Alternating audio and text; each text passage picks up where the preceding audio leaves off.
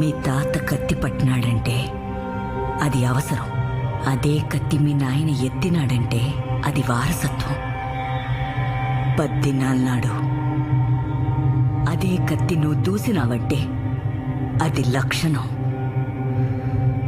ఆ కత్తి నీ బిడ్డ నాటికి లోపమైతుందా?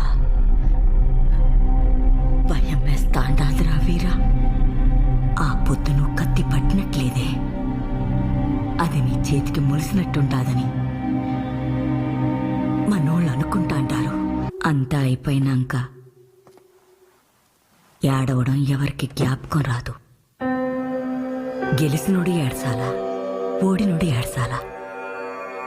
వాని రోజొస్తే ఎవడైనా గెలుస్తాడు. యుద్ధం రాకుండా ఆపుతాడే వాడు గొప్ప, వాడే గొప్ప.